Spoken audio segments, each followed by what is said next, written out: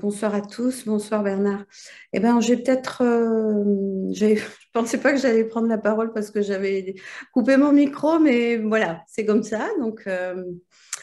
J'ai raconté quelque chose que j'ai vécu il y a quelques années en arrière et qui illustre bien tout ce que tu nous fais travailler. J'étais en formation sur la relation d'aide. C'était le début de la formation et on était une trentaine de personnes en groupe. Dès le début de la formation, j'ai été malmenée, attaquée par une personne qui est venue toucher mon point faible et ça touche un peu ce que disait la personne qui a parlé avant moi, parce que j'avais aussi une baisse d'estime de moi, un sentiment de honte, voilà. Et du coup, elle est vraiment venue toucher quelque chose de très fragile en moi. Je suis sortie du groupe parce que j'étais très touchée, je pleurais, j'étais vraiment pas bien. Je suis sortie du groupe et je suis rentrée. Quand je suis rentrée dans le groupe, je suis passée à côté de la personne qui était en train de pleurer. Et moi, je me suis dit en passant à côté d'elle, ben, c'est bien fait pour elle. Voilà, elle a ce qu'elle mérite. Mais j'ai fait deux pas et là, il s'est passé quelque chose que je peux pas, que j'ai pas pu expliquer. C'est comme si j'avais été, si on peut dire, touchée par la grâce. Mais là, je perçois bien l'esprit décideur. C'est-à-dire qu'à un moment donné, j'étais en train d'aller m'asseoir. Je savais que si je retournais m'asseoir avec la colère, j'allais rester dans ce sentiment que je connaissais, hein, de rancune. Mais il s'est passé quelque chose que je n'ai pas maîtrisé, que je n'ai pas compris. Mais il y a quelque chose qui s'est passé euh, et qui m'a fait faire le choix de lâcher, en fait.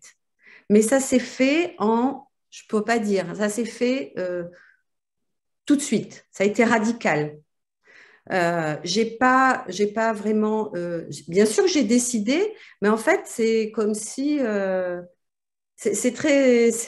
C'est pas comme si c'est moi qui avais décidé, mais c'était une force au-dessus, en fait, quelque chose que je connaissais pas à l'intérieur de moi, en tout cas.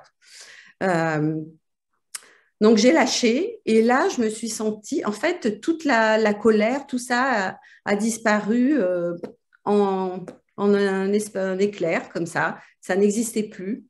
Euh, et là j'étais plus que dans la paix et dans un état de bien-être. Donc je suis allée voir la personne qui était en train de pleurer et je lui ai proposé de sortir pour dialoguer ensemble. Et là, ça a tout fait basculer, en fait, la situation. Qu'en penses-tu, Bernard? Parce que moi, du coup, c'est vrai que Hmm. cette expérience, elle a été fondamentale pour moi. Hmm. Elle m'a appris beaucoup de choses, notamment, enfin, tout ce que tu expliques pour moi, du coup, ça me parle, en fait, Hmm. aujourd'hui. Magnifique. Merci beaucoup, Dominique, pour cet très beau témoignage. Qu'est-ce que j'en pense? Je pense que c'est super.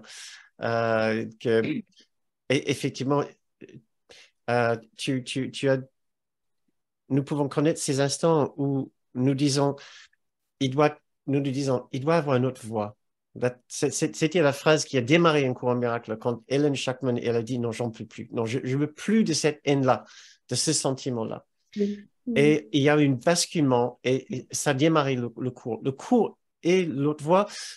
Et c'était un instant de miracle quand tu as dit non, non, je veux autre chose. Il doit y avoir autre chose que ça. Et soudain, voilà, tu as fait une percée vers l'esprit juste, vers le Christ en toi. Est-ce que le Christ en toi, en nous, n'est pas mystérieux? C'est pas une chose mystérieuse. Tout le monde Oui, tout à fait. possède, voilà, cet magnifique esprit, esprit juste, esprit de grâce, de bienveillance, de bonté, de douceur, de compréhension, de patience, d'interprétation juste. Tout le monde le possède. Et Mm. voilà, c'était activé dans un clin d'œil, dans un instant.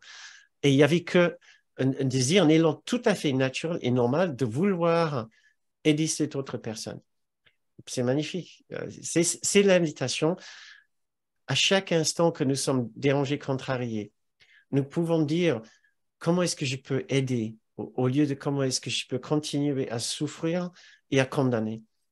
Comment est-ce que je peux aider? Puisque ces personnes autour de moi doivent sûrement souffrir. C'est l'invitation à chaque instant.